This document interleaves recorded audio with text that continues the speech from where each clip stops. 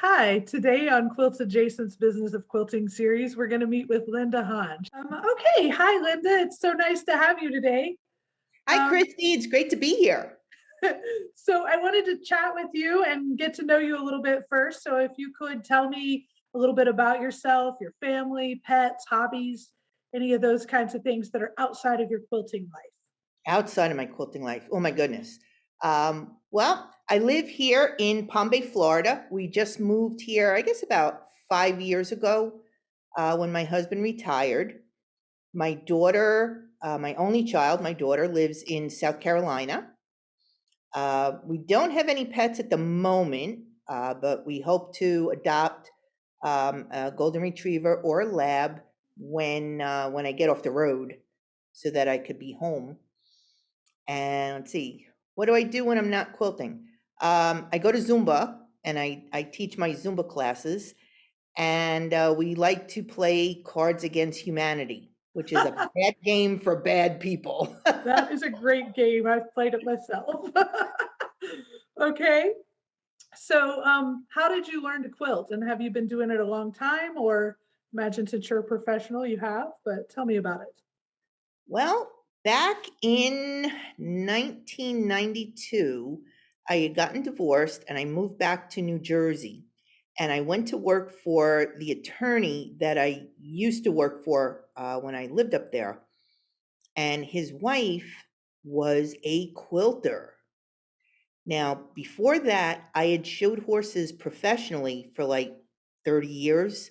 Wow. Yeah, and I barrel raced, and then Wow.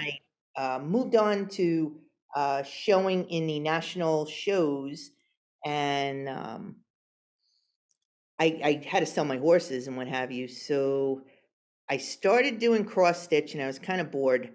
And then the boss's wife was like, "Oh, you need to come to a quilt guild meeting." So I'm like, "Ugh, that's for grandma." And I had that, you know, that site, and of course, I went because she's the boss's wife, and what better way to ingratiate yourself? I mean, I knew them since I was, 17. Okay. Um, so I started going, and my then boyfriend and my husband, my dad, they bought me a sewing machine. It was a Singer, and I couldn't work it because I'm really not domestic. And Okay. they finally went and bought me a Bernina 1080 Ooh, that nice. had the arrows. Hmm. So I was successful. And the quilt guilds, they have the block of the month that were 12 inches, where Nice. mine were coming out like 10, because every time I'd sew two pieces together, I'm trimming them down because that's what I thought you had to do. Yeah. And but I kept going, and lo and behold, in 1993, I got a phone call from a lady who was opening a quilt shop in the town next to us. And she said that her friend in, I think it was New Hampshire, is a friend of my aunt. And she was looking for teachers in the area, and they suggested me. So I was like, oh my God. I only know how to do really stained glass. And Yeah, I taught that for like a year. that's And then great. she finally gave me a pattern. She says, can you try to teach this? Which I did. And lo and behold, people that came to the class at the shop would go back and tell their guilds. So I started going to guilds locally, and then they had friends and they would tell their friends. So now I'm going to Pennsylvania and Maryland, and it just expanded that way. That's so great. So then you almost immediately were in business within a Yeah. year or two. That's great. Was your friend Luann? Yeah. Okay, she and I are friends too. So I think Oh, she, okay. Yep. uh, Luann Halloran. Yep. She yes, started me. yes, okay. It sounded like her because she had mentioned that she was in your early quilt life a long time ago. So that's great. Yep. Um, She got me started. okay, great. So if I met you at a party now, obviously we'd both be having a good time. Yeah. And I said, explain what you do for a living? Because a lot of people, when you say I'm a professional quilter, are kind of like, what? What does that mean? So how would you explain it to somebody who's never met a professional quilter? I educate and I entertain. There you go.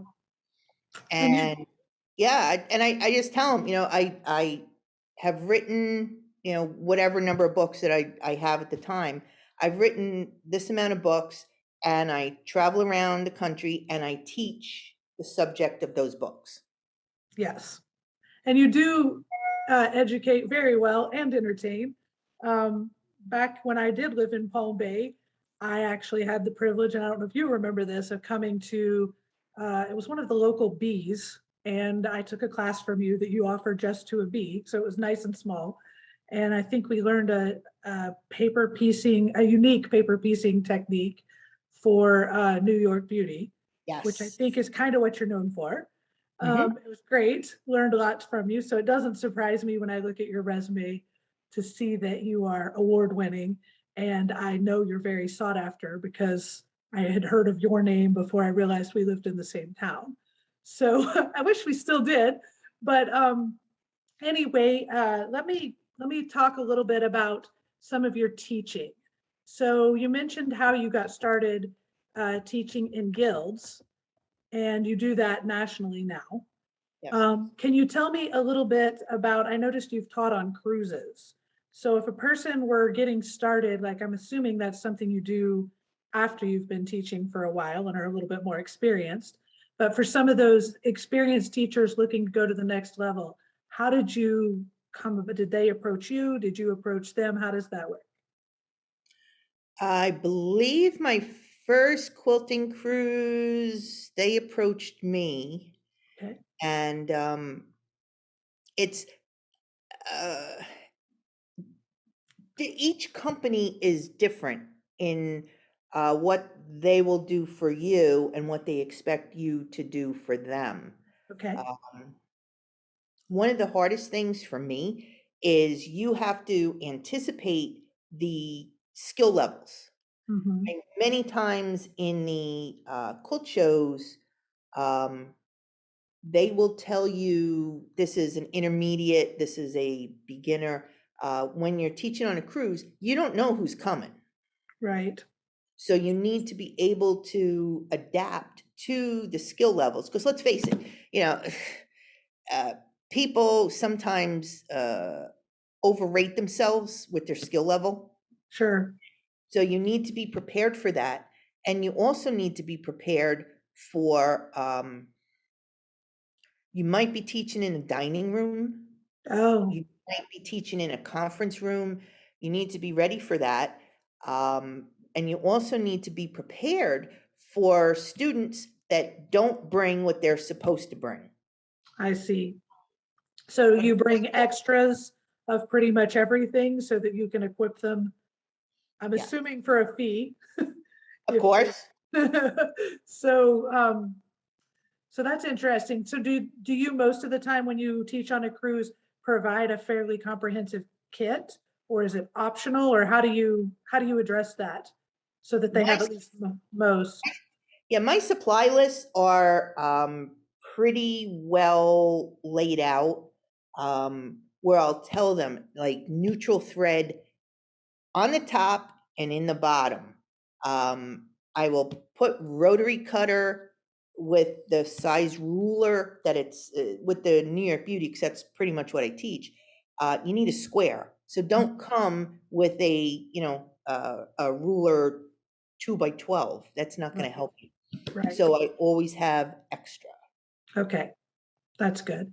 And does the cruise line arrange for sewing machines, or do the people bring their individual sewing machines, or what are the logistics of this? And do you have to bring your own stuff, or how does that work? Some cruise companies will supply machines for you. They have an arrangement with a dealer, or they sell sewing machines themselves. Okay. Some will have folks bring their machines, and there's other cruises that are just handwork. Oh, okay. Do you teach handwork? Well, I can if I have to. Okay. Not It's your first choice. no, no. Okay. Mine either. I Okay. can if I have to. I gotcha. So also you teach at quilt shows and conferences and those kinds of big events. So when you compare teaching with a guild to teaching on a cruise, to teaching at like a quilt show, what are some of the special considerations for the quilt show or conference setup? When you're teaching for a quilt show, um, you need to be prepared to teach for whatever their designated max students are. Mhm. That means it could be up to 26 people. Okay. And when you have 26 people, and women people mostly, there's all kinds of folks in your classroom, and that amount of people, don't forget, you're going to have people that know better. You're going to have a new best friend. You're going to have some people that need you more. So you need to be able to adapt to all of those personalities. Mhm. And some people want to sit next to each other. They come in 5 minutes before the class and they get mad and they yell at you because they can't sit next to each other. And Right. there's people that are sitting there for 2 hours, to get their spot. You need to be prepared for that. You also need to be prepared um, to deal with anything that might occur. And you may be in a room with a machine person, with a Mhm. machine company, and you need to make sure that you have some time that they can do their thing, because that's what they're there for. Right. Um, and it, some shows will have you lock the door during lunch. Some let people stay in during lunch. So you need to be adaptable to that. Um, so there's just a lot of things, but mostly it's the amount of people. Because the Right. guilds, if you have it in your contract that my price is for 20 people, well, they don't want to pay a per person overage. They'll give you 20. So Right. 20 people and 26 people, there's a good extra number of people in there that you need to be Right. for. Right. And do you find that teaching at shows or guilds or on a cruise ship, what's the most profitable? Like, or does it vary on the experience? It varies. It varies. Um, on the cruise ships, depending which company you're with, you may or may not get your fee. Sometimes it's just the cabin, Mhm. or sometimes they allot you X amount of people, X amount of dollars per person.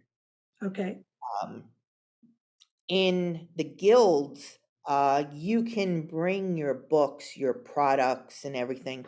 And many times it's an impulse sale that sure. they'll do that. And at a show, pretty much the same thing. You can bring your books and products, though some shows will limit you to books and products that pertain to the actual class that you're doing. I see. Whereas at a guild, you can sell anything that you do. Yeah. And do you, when you teach for a show, because I know when you teach for a guild, you have this is what I charge for this lecture or this workshop, a set fee, and maybe there's some variations depending on the circumstances. But when you teach for a show, do they set the fee or do you set the fee? Pretty much some shows will set the fee. Okay, This is it. And they will, some of them will have a per person fee. So if you don't reach whatever their determined break even is, if you don't reach that, then it goes down to a per person fee. okay, Some shows, you can tell them this is what my fee is. And if it might be a little bit too much for that particular show, they might say, this is the max we can pay for you. okay. So So they'll come back and negotiate a little bit if they ask you for a fee and you're high, they'll say, I can't afford that. And then you can decide if you want to take it or not. yes. Okay, well, that's interesting. I didn't know how that worked. So let's move on to books, which you've written a bunch of. Yeah. And I know that you're an AQS published author, but I believe you also have published with other people. Have you self-published also? Or tell I me have about your not publishing. You have not. So you've always worked with a publisher. Yeah. Okay, so tell me why you choose to work with a publisher and how that experience works. Um, well, I'm going to start with my experience with AQS. Okay. And I really didn't think they were going to even take my book. Mhm. My friend Michelle Scott encouraged me to submit this New York Beauty technique, and I did, and never thinking they were going to take it because I did not think I could actually articulate what I do because it's kind of weird and it goes out of tradition. And they took it. And my first editor, Andy Reynolds, she really must have thought I needed some help because she truly, truly educated me with just the different considerations, page count, names of books, search engines, preparing, knowing ahead of time what you're going to do for a workshop, and just preparing all before anything is even published. Mhm. She really took me by the hand and she taught me a lot. And everything that I learned over the course of time helped me be a better author. So every book was so much better because I knew what they would expect and I could have it ready. So I was ready for them. I did, let's see, 5 books with AQS. I did one way back when with Quilt Woman, and now I'm with Fox Chapel Publishing, which they purchased Landauer. So when AQS stopped publishing books, um, Landauer picked me up, and then Fox Chapel purchased Landauer. Okay. So I just published book number 1, 2, 3 with Fox Chapel. Okay. So the experiences do differ. You pretty much work with an editor who tries to take your vision and put it down, but each publisher I found have their own style. So you need to merge your styles and you need to be open to the merge to make Sure. it work. Mhm. I mean, you might have this whole vision, and sometimes it doesn't fit with what they're going to do. And you need to be open, and you need to talk. You need to talk. So I do have my book that, let's see, today's the 24th. It's releasing today. Yay! So this is the Wow. newest one. This is book number 9. Okay, so tell us about that book.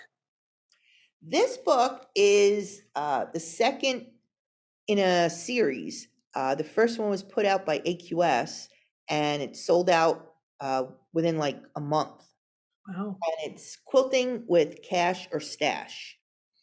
And it's a teaching book, if you will, because I don't like to do anything unless it's going to teach somebody something. And it shows you 2 quilts, one with your cash, and that's your purchase yardage. So you Right. know you're going to go out and buy 3 yards of this, and this color is going to go here. Right. But it also shows you how to break down an individual block and how to make it using the stash that you have. That's a good So idea. yeah, unfortunately, this book was started when the pandemic started, Uh, and it was hard getting fabric in the first place to do the cash quilts. And we had a team of, I think we had 8 stashers, and we gave them the quilt, and we said, "You need to do this with what is in your stash right now. Don't buy anything." And we'd get phone calls and we'd say, "Oh my God, I don't have enough to make the border." So I said, "Well, you need to improvise." And some of them really, really had some fun with just piecing borders and doing stuff that they normally wouldn't do because sure. they had to substitute because they didn't have enough fabric. What a great pandemic idea because it was a little rough to go shopping. And I think we all had to adjust how we did it because I was not a huge internet shopper for fabric, particularly before the pandemic, because I like to touch it and see it in person. And then after, now I have, you have to, like when your quilt stores are closed. So that's interesting. Then how did you address the cash people? Did they order off the internet, or were your stores open in your area? Or how did that work? My co-author and I, we have a working relationship for 9 books with Hoffman California Fabrics, Northcott, and of course Banyan Boutiques. Yes, And they were able to get some fabric to us. Sometimes we had to change colors and stuff because of their availability. sure. But we were able to do it. That's good. And who is your co-author? Deborah Stanley. Deborah. She has been my best friend for 25 years. Wow. And Is we this used the to first time you've written together?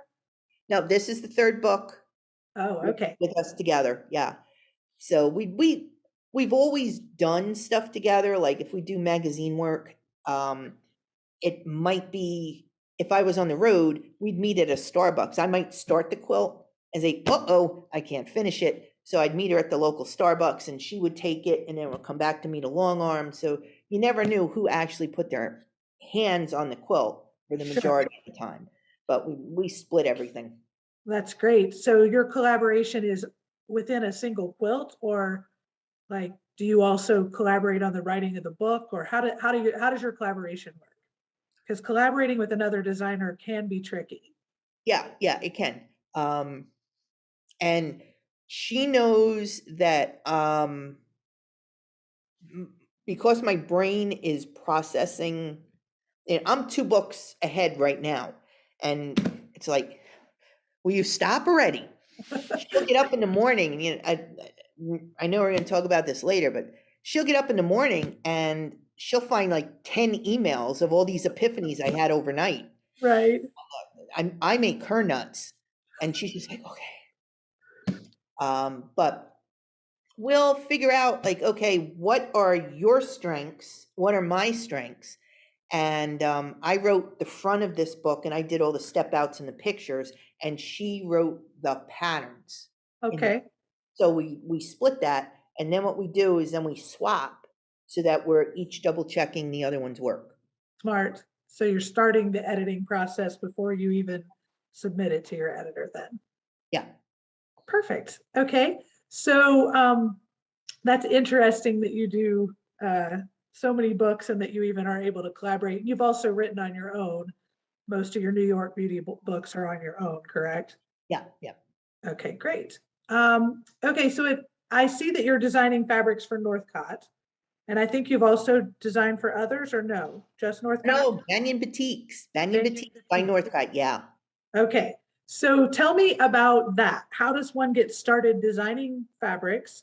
And just kind of walk me through the process, because I know literally nothing about being a fabric designer. Okay. Well, I was at Quilt Market, and a lady who I did not know at the time chased me down, and she said, "Are you Linda Hahn?" And I was like, "Well, that depends what you want." 'Cause I try not to wear my badge just in case. Yeah, I don't want any evidence. So I really my That's a badge. good policy. Yeah. And she said that she was starting Banyan Boutiques, and they needed somebody that had a bit of a character, and she would like to invite me to be a guest designer. So I was like, Okay. oh my God. So she walked me through the first process, how we did it, and it was pretty much picking colors and motifs and everything, and she did all the graphic work. Okay.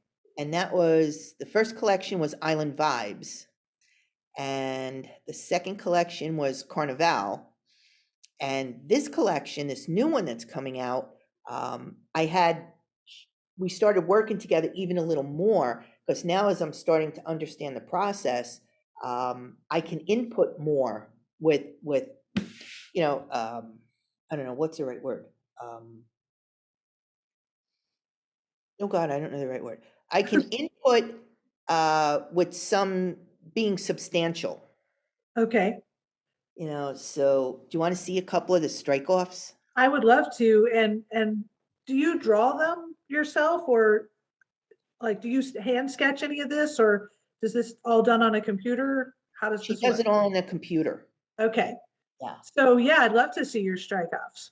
Okay, this one is from the Island Vibes 2 collection, because this collection really sold out. And this is my favorite piece of them all. Oh, it's gorgeous. Just beautiful. And it's got that real Florida feeling about It it. does. That's right. Yes, You'll yes, get this whole collection. I do. Okay, and there's the Oh, companion piece to that one. stunning. Yes, beautiful. The background piece we have is sand dollars. Oh, I've seen that. I think I have that. I didn't know that was yours. Well, That's this so one's coming cool. out. So this will be a new Oh, sand dollar. that's a new one. Yeah. Okay. It looks similar to something I bought before I left Florida.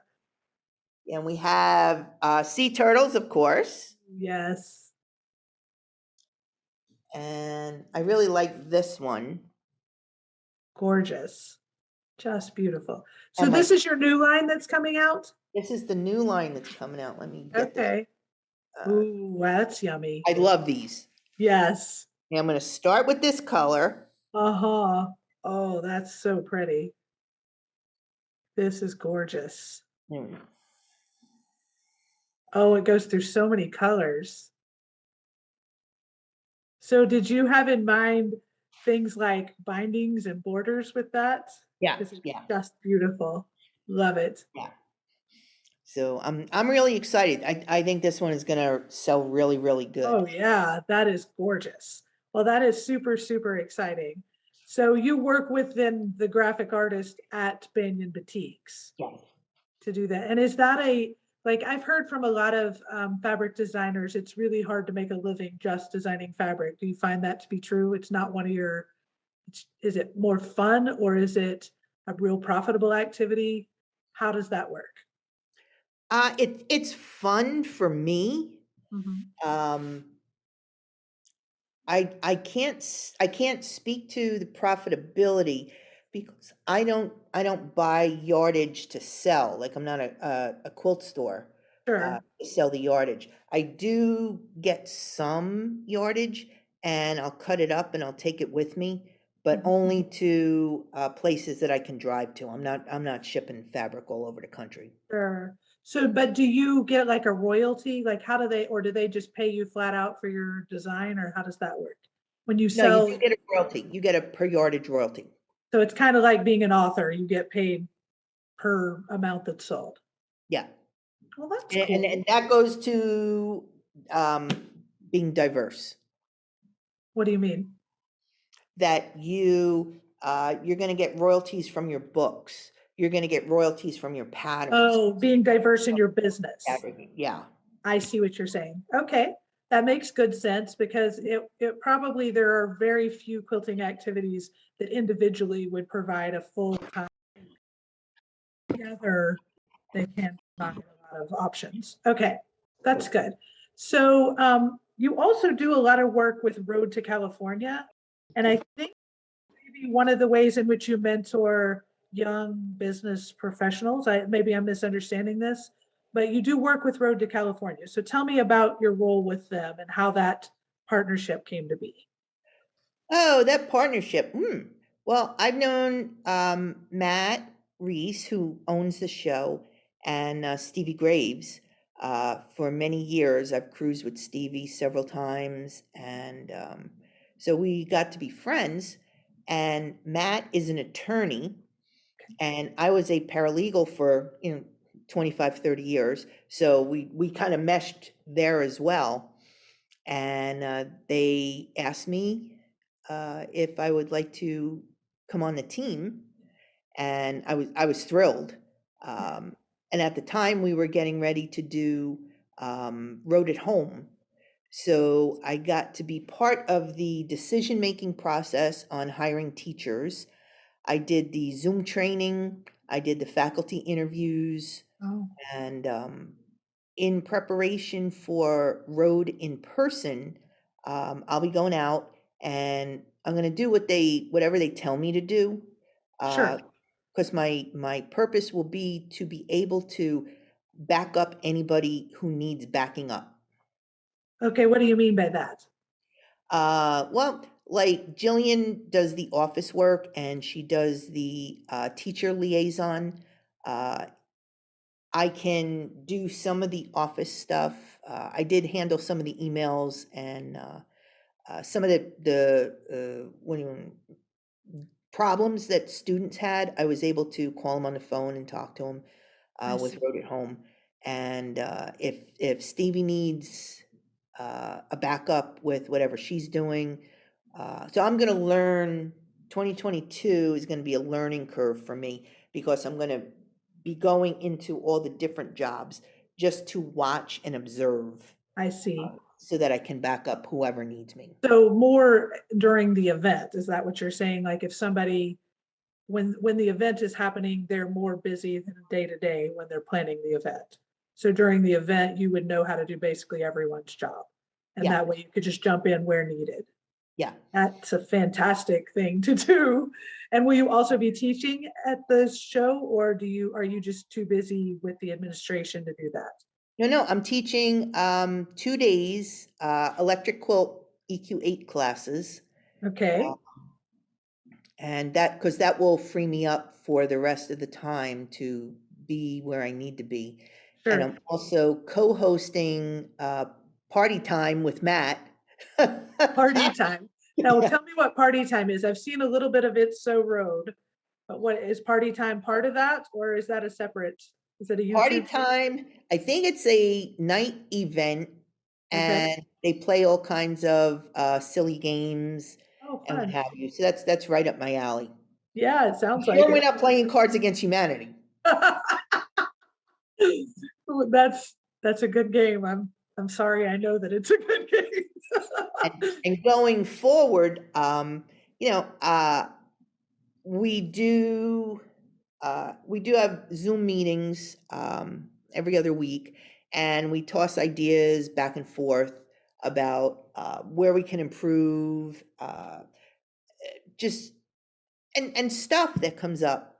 We talk about teachers when the applications come in, um, and uh, just pretty much what we can do to make it a good show for everybody. Sure. So when you are evaluating a teacher's application, what are you looking for? What kind of, what would get a yes and what would get a no if you were looking at a teacher's application? Well, I only have one vote. Okay, Uh, Something different, something that would have a good appeal. You know, if it's something that's been done a million gazillion times, you know, do you have a new way of presenting it? okay, You know, so there's I guess there's just a lot. Road to California is known for introducing new talent. sure. So So it's a good show for a teacher who hasn't done it on that national level stage yet. yeah, they're willing to give somebody a try. That's nice. Okay. And are they looking for, I notice a lot of times in applications like that, it asks you about your social media presence and are they just looking for people who are able to promote what they're doing? Tell me what they're looking for from a social media standpoint. Well, that's all part of the big picture. Okay, I mean, whether it's Road to California or AQS or wherever you're going to go teach on it at a national show, of course they want you out there with social media saying, "Hey, look, I'm teaching here," because you might have groupies, and you do get groupies. sure. I I could not believe it. I could not believe it. But yeah, there are groupies and they come to your class and they might have taken the class before and they just come because they like you. When you find a teacher you like and who gives you that transformation you're looking for and helps you to learn something you've been trying to learn, it is pretty exciting. So I can see how that would happen. and I know you have groupies, so I might be one of your groupies. I mean, it's like wild. I'm like, oh my God. Yeah, exactly. Well, and I think that you have fans because you know what you do, and you don't try to be everything to everybody. You're just Linda, and that's good. I think everybody starting out professionally would learn a lot from watching your example on that. I am who I am. You are, and I like that. And I don't sugarcoat anything. But when you go to a lecture or you go to a class and you have somebody just like, okay, well, this is my quilt, and well, this fabric is, Aunt Josie's uncle's father's favorite fabric. That's why I was in there. And then this is my quilt, and this is my quilt. I mean, there's no change in tone or getting excited or whatever. I mean, I do my lecture and I am excited about it. Yes, that makes sense. I'm Well, excited about it. you should be, because if you were going to do something boring, there's just so many other other careers you could choose that would probably be less giving of yourself. So, okay, so let's talk about the fact that you've created a quilting tool called What's My Angle? What's my, So you like that name? I love that name. So what is the process when one decides to create a tool? How did that come to be? And do you manufacture it? Did you send it to somebody? Just explain how that works. This came to be out of necessity. Okay. Um, the I was using, and I had written into my books another tool, um, the angler, and the lady passed away, and there were just some issues, and I was like, oh my God, I need to have something to replace that. And so what I did was I thought about it, and I said, well, instead of having the square, I wanted to give people. It's going to be hard to see. It's There we actually go. two tools in one. Okay, So that's for your takeaway machine for the shows, and that's for your home machine. I see. And I approached Quilting Creations out in Ohio. I told them what I needed, and we went back and forth, and we got this little prototype, and then they started doing it. We wrote the instructions in the back, and it's for, you can make half square triangles or connector squares, Okay.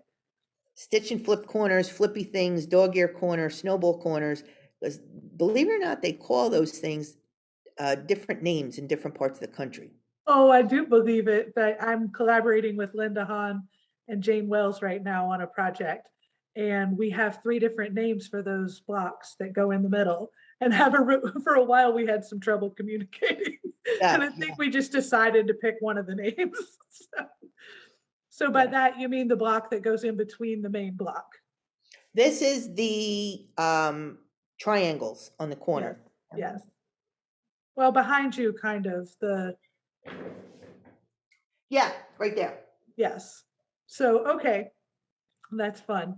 So you created the tool with this company in Ohio, Yeah. and then do you like say I want to buy 1,000 of them and they manufacture them, or do you convince them that this is a product they want to carry and they pay you a royalty, or what is the business arrangement when you make a tool like that?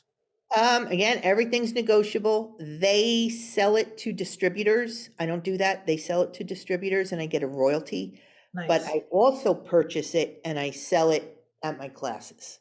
Okay. I So sell you're it. able to purchase it kind of like an author's copy of a book Yeah, and price it so you get the distributor's fee on that one as well. yeah. Perfect. Okay, that makes sense. So other things that you do that are interesting, you're certified as a Zumba instructor, which you mentioned, but I think you integrate that sometimes into your quilting life. So tell me a little about that. Sometimes, yeah. When I first got my license back in, I want to say it was 2015. I went and because I was going to Zumba, and my teachers said, we should go to the Zumba convention, but you had to be an instructor. So I said, all right. So me and a couple other people from my class, we went to this training, and I actually called my instructors from the car because I'm watching all these people going in to the training, and I'm like, okay, first of all, I'm the oldest one here. Second of all, I am the fluffiest one here. And they're like, go, go, go, go, go. So I went, and a couple weeks later, I was teaching at the Mid-Appalachian Quilters, and I put it on Facebook that I got my license, and they said, "Would you do a class for us?" And I was like, "Oh my God!" And I did. And the different groups. It's in a dorm. They all have parties at night, and I like to troll the parties because they all have different things going on. Somebody has margaritas, somebody has wine, all Sure. the illegal stuff you're not supposed to have. And it's about 1 in the morning. I got to this room. One of the ladies was in my class, and she said to me, she's holding my arm, and she said how much I inspired her, and she was going to go look for a Zumba class. And I said, "Oh, that's really nice." And she's patting me, and she says, "Yeah." She says, "Well, you're no spring chicken." What? What? And she says, "You're not exactly skinny." Oh, that's so rude. So I really didn't know how to take that. So I went back and I told my teachers who were my mentors, and they said, you're in a very unique position that people will be able to relate to you because I'm not a young skinny girl with a six pack. I am Sure. an older fluffy person with a keg. That's And great. so, I didn't want to do anything in New Jersey. I was on the road too much. But when I moved to Florida, I went to this gym here, and I got on the sub list, and I brought the Jersey flair down here. And my class, it's Zumba Gold. So Right, I have about 7 specialty licenses, Zumba right. Gold. And my ladies, they are the one side of the room is just totally out of control. They love to wiggle at each other, and they come with a warning when you come Right. into class. Somebody's going to come up and either wiggle their boobs or shake their booty at you. Just shake right back at them. They're making noise. They're having a good old time. So now when COVID hit, I said, I would like to keep the group together. And I started doing Zumba on Zoom twice a week. Ooh, so it's Zumba. Zumba. And so some of my quilter friends wanted to come to see what it was. And I gave them the number, and I was doing it for free for a year. Wow. And we're still doing it. And you should come. It has just blossomed. And we have shop owners, national teachers, quilters from all over the country. So you're quilting on Zoom or you're Zooming as quilters across the nation. Yes. That's Yeah. We awesome. have somebody from California, we have Wyoming, we have Texas, Michigan, Vermont. That's They're from great. all over. That's great. And on Mondays we do Zumba, and on Wednesdays we do Zumba toning with 1 pound weights. So it's kind of different music. That's And great. And have you so, found your health to be better because you do Zumba? oh Like yeah, what? Yeah. oh yeah. Why do you The love I love it because, well, I'm even though I'm shy, if you met me, somewhere, I'm shy, and people are gonna say, "Yeah, this is BS." No, I really am, I'm shy. And, but when I flip that switch, I am hooting and hollering and wiggling, and I have no shame, I have no filter, and I can just let loose, it? for Right. an hour, and I turn off the world. I just turn off the world. I get into the music, and we're laughing, we're having fun, and it does keep you moving. I mean, whether you can do what I'm doing or not, you're moving. Right. We're moving. And, it's one of the things that I do is I use a little bit more aggressive music, and it's simple moves, but it's aggressive music. So you think you're doing more than you are because of the music. So it lifts your soul a little bit when you It does. You're very right, empowered. You're that's very great. empowered. That's awesome. I love that about you. The first time I met you, you told me about your Zumba. So I know it's a passion for yours, and I think that's fantastic. Like, and I love how you're bringing it to the quilt world because sometimes it is intimidating to go into your standard gym situation. So it's nice to be able to do it with other women who are where you are in life. So Who that's look like you. exactly. That is the biggest thing, and I know because I've been there. And when I first started Zumba in New Jersey, I was 40 pounds heavier than what I am now. Wow. And I couldn't get through the first song. Right. I was like, I was dying. But the teacher encouraged me to keep coming back. Mhm. And okay, you get through this song. Now you get through the second song. And I also understand from being a fluffy person, um, the limitations that a older fluffy person may have, and also the, like you said, the mental thing where, I mean, my ladies, and we don't do it, belly dancing and all the sexy stuff. They don't want to do that. Let's face it. You don't feel that. No, no, You you don't don't. feel that. So we just don't do it. I think it's great that you are empowering women, and it's also it's good to remember that just like quilting, which you didn't sew a perfect quarter inch seam the first time you did, that there's always growth and room for improvement, and Yep. that you start where you start with no judgment, and you move forward from there, and you just keep making progress. So that is, I think that um, it's very authentic of you. So I'm excited about the Zoom, and I'll have to get more information from you about And how I will to send you join. the numbers and you can join us tomorrow. Is it tomorrow? Oh, it's Yep. tomorrow. Okay.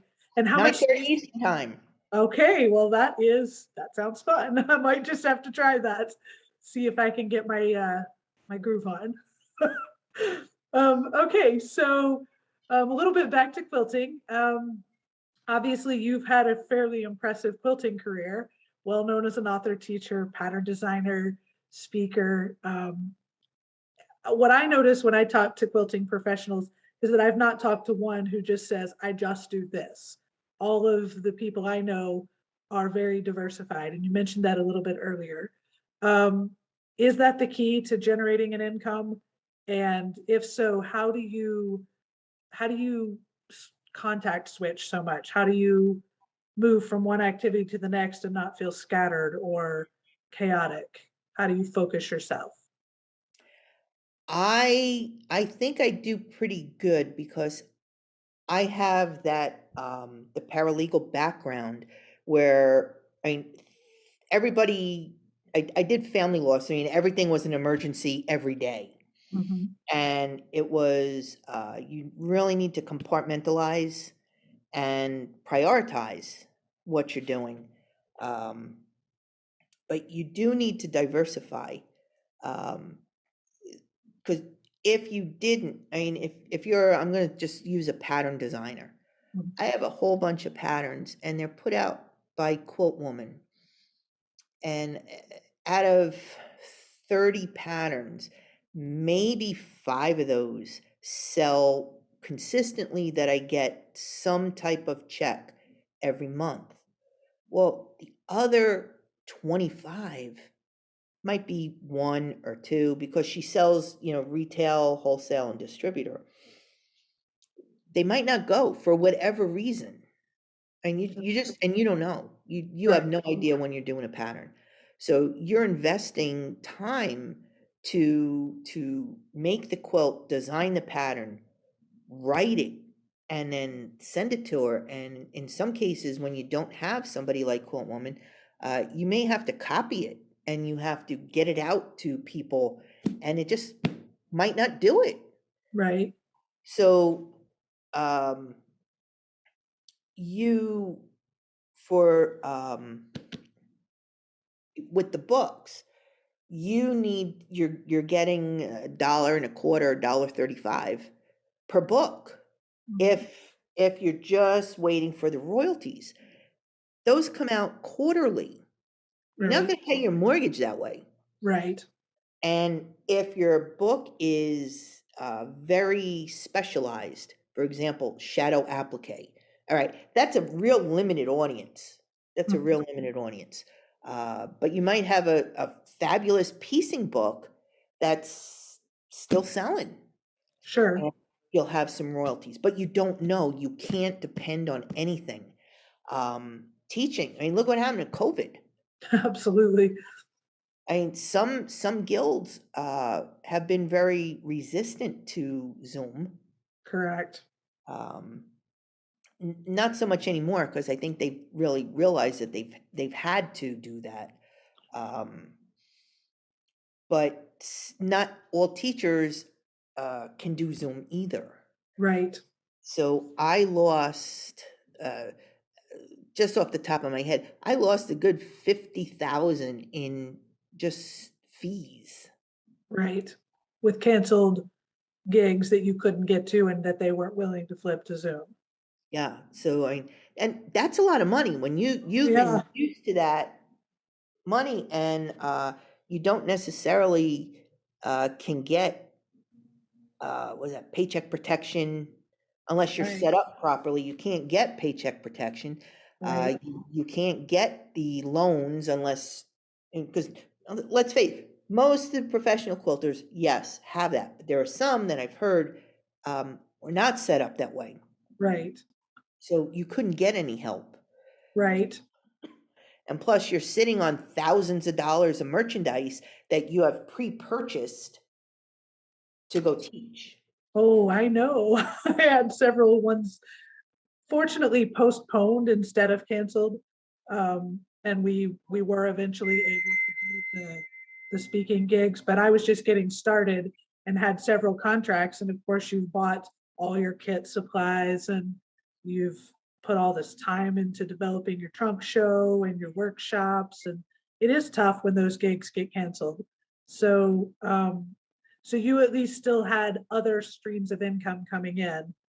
And I know I think you mentioned when I took your class that you rise very early every day. Is that correct? You Oh get yeah, up. yeah. So tell me about your day. How do you structure it to accommodate all these different activities? Do you do blocks of time, or is there a certain day of the week that's dedicated to different activities, or how do you schedule it? I do it all mentally. It's like, okay, today, I got up at 4, and I drink a lot of coffee. So I had like 3 cups of Starbucks dark roast, Mhm. and then I'm ready to face the day. I go in and I do emails and stuff, and then usually Zumba is 9:30 in our time range. Mhm. If I go to the Zumba at the gym, I will incorporate an extra half hour to go to CVS, the bank, stop and get gas. So I incorporate an extra half hour for running errands with that. Um, so I can structure my day. Anything with Road to California is going to start after 12 Because of the time difference. because of the time difference. Okay. So I know if we have something coming up after 12, um, if he needs me, then that's dedicated to them. Um, when I sew, if I'm going to sit at the machine, it'll probably be on the weekends. Okay. Yeah, I don't, I start winding down, I guess, about 7:30, 8 o'clock. Okay. 'Cause I'm tired by that point. Sure. Well, you've been up for a while at that point. But I will get more done between like 5 and 7 or 8 in the morning than I'll do all day. And is that because of the lack of distractions, or is that just your peak performance time? Like I tend to have one of those too, but I'm the opposite of you. I'm a night owl. So I'm not winding down till midnight, 1 in the morning, but not as early a riser. Yeah, I've always gotten up early. I mean, when we Okay, had the horses, you had to go feed and do everything in the morning before you went to work. sure, sure. Uh, so I just think I'm a real just morning, let's go, and I'll start slowing down about 2 or 3, Right. and that's when I might do phone calls or just stuff that I could sit and do. It's not as hard to accomplish. Yeah, Well, that's interesting. So one final question for you. I know you mentor a lot of young, or maybe not young in age, but young in experience, um, quilters in how to become professional quilters. You've written a book that I've read from Quilt Woman about that. I believe you co-authored that as well. I'm yeah. not, so tell me how would you advise somebody who is starting their business today? Because it's a little different than it was when you were starting yours. Yeah. The climate's different. I've been a quilter for almost that long, and I've seen a lot of changes. So tell me, if you were starting a business today, what would you tell a new quilter who was starting their business today that they should do? Uh, Insofar as if you were uh, going to start teaching, observe, observe. Um, Go to classes and watch the teacher. You will learn a lot. How do they present their step outs? How is the class structured? You Mhm. know, is it compartmentalized or is it just like a hodgepodge of something? Do you do your demos and then let people do it and then give them an X amount of time to get to the next point that you can move them on? Um, and even to the point of watching what you wear on your feet. Yeah, yeah. Okay. What And what do you yeah, mean by that? it sounds weird. If you're in a class and you're wearing flip-flops, That's not a good plan. because you are with quite a number of people who don't know how to rotary cut. I see. So is it steel-toed boots for you or just closed-toed I shoes? wear closed-toed shoes. I'll wear sneakers. I'll wear sneakers Okay, or wear shoes. But you know, if somebody's watching, they say, "Okay, Linda Hahn's wearing flip-flops." It's okay to do. And I know from experience that, you know, you tell somebody because they're very meek and mild with their rotary cutter, you know, right, and you say, get aggressive. And right. they go and it goes flying. I mean, I've been at a show that it actually hit somebody's foot and it cut one of the blood things in the foot. Ooh, Yeah. So that always that reminds me to make sure that I'm wearing closed-toed shoes, just yeah, because it can happen. It for can happen. sure. I that's a great tip. And watch how they uh, do their lectures. Um, I, in particular, what I do is I pack my luggage in the order that I'm going to use the quilts. So that if you happen to arrive late, because it's happened, flights are late or whatever, you can just unzip and go So you can give your trunk show right out of the trunk. right out of the trunk. That makes sense. And sometimes if have a lot of back-to-back gigs and I only have a day or two home, I have 2 sets of luggage in different colors. Mhm. Because don't forget, my husband helps me. Okay. He's not the crack staff he leads everybody to believe.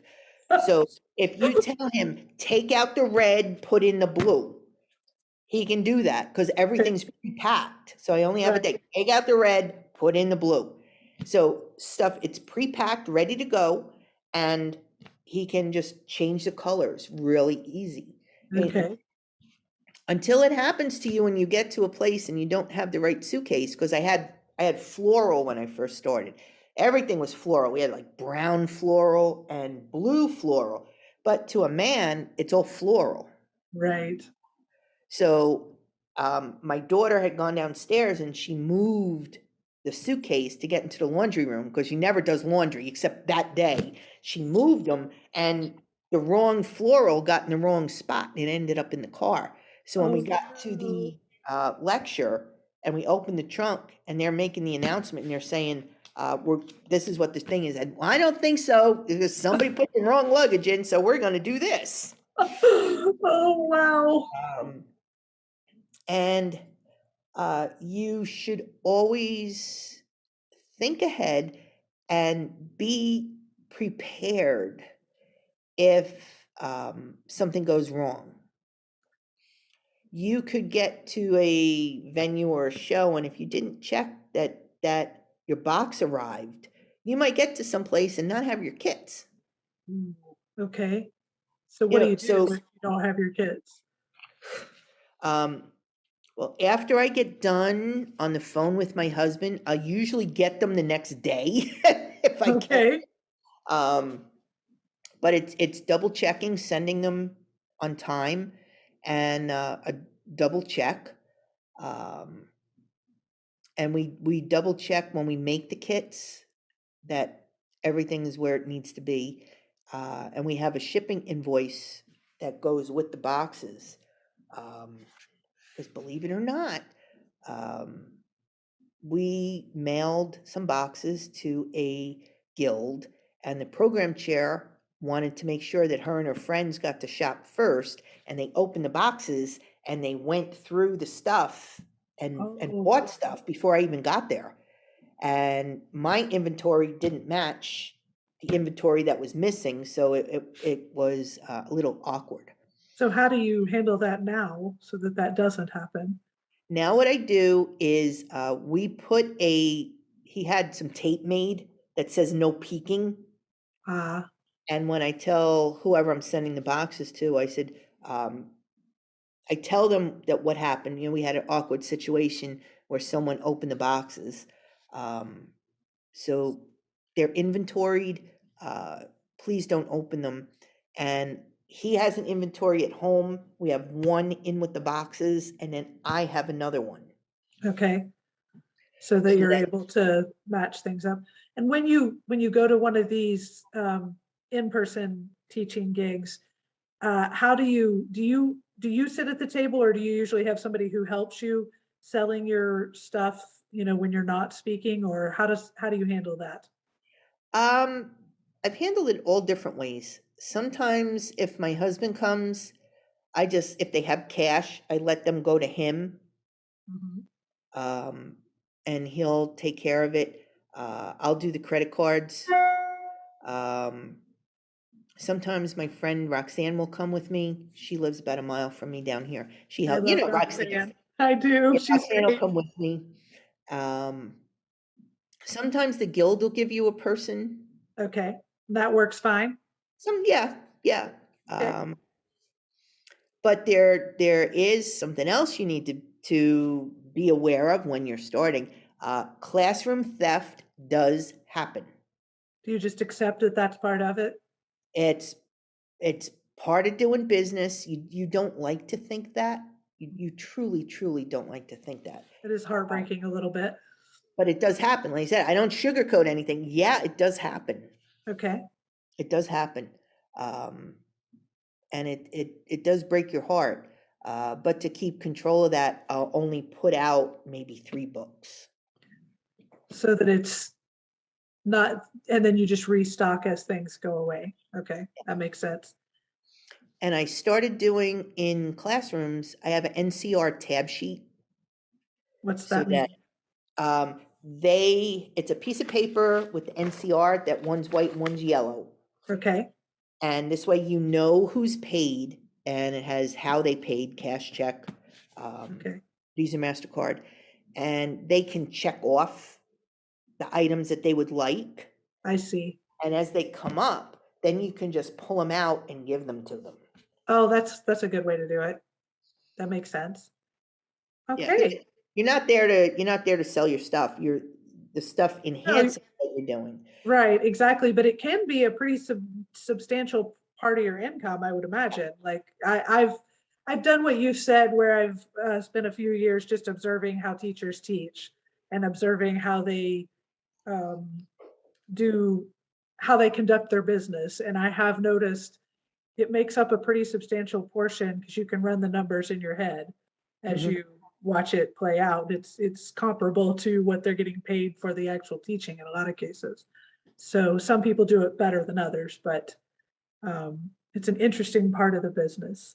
So, so do you have any other advice you'd like to give, or any other things you'd like to share about your business and where it's headed? Diversify, diversify, diversify. Because I mean, if COVID happens and you can't get out there and teach, uh, if you have a long arm and I used to long arm for people. Now I don't now. But that was an option for me because people are home and Sure, making quilts. So sure. you can now long arm and make up a little bit of your income. Um, but you need to think about what would happen if I can't go on the road anymore.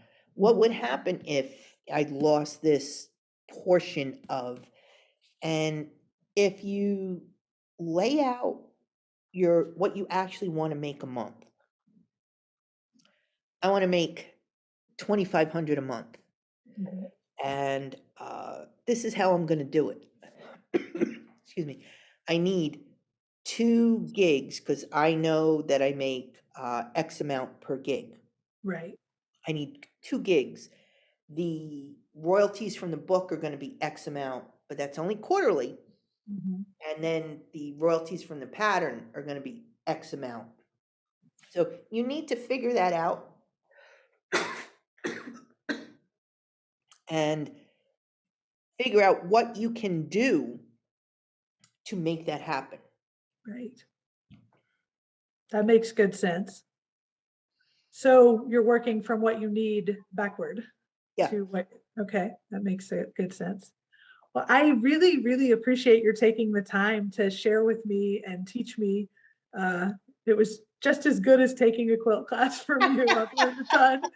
And I look forward to figuring out how to get this on YouTube, and you being my guinea pig. So I thank you very Ooh. much for being willing to be my very first YouTube video, and hopefully it'll come together beautifully. And I thank you for your time so much. It And was if we nice. need to do this again, that's fine too. I appreciate that so much. It may need to be, we may need to circle back to some of these and delve deeper at some point in the future. So I really appreciate it. Thank you so much. Cool. Thank you so much. All And right. I'm going to send you the Zumba numbers. Do send me the Zumba numbers and I will see whether I can jump on sometime. You will be very surprised who's in that room. Will they? Hmm. People I know? Hmm. Okay. Sounds fun.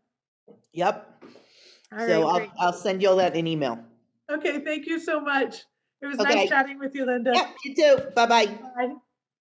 Wow, that was a great interview. I learned so much about the business of quilting.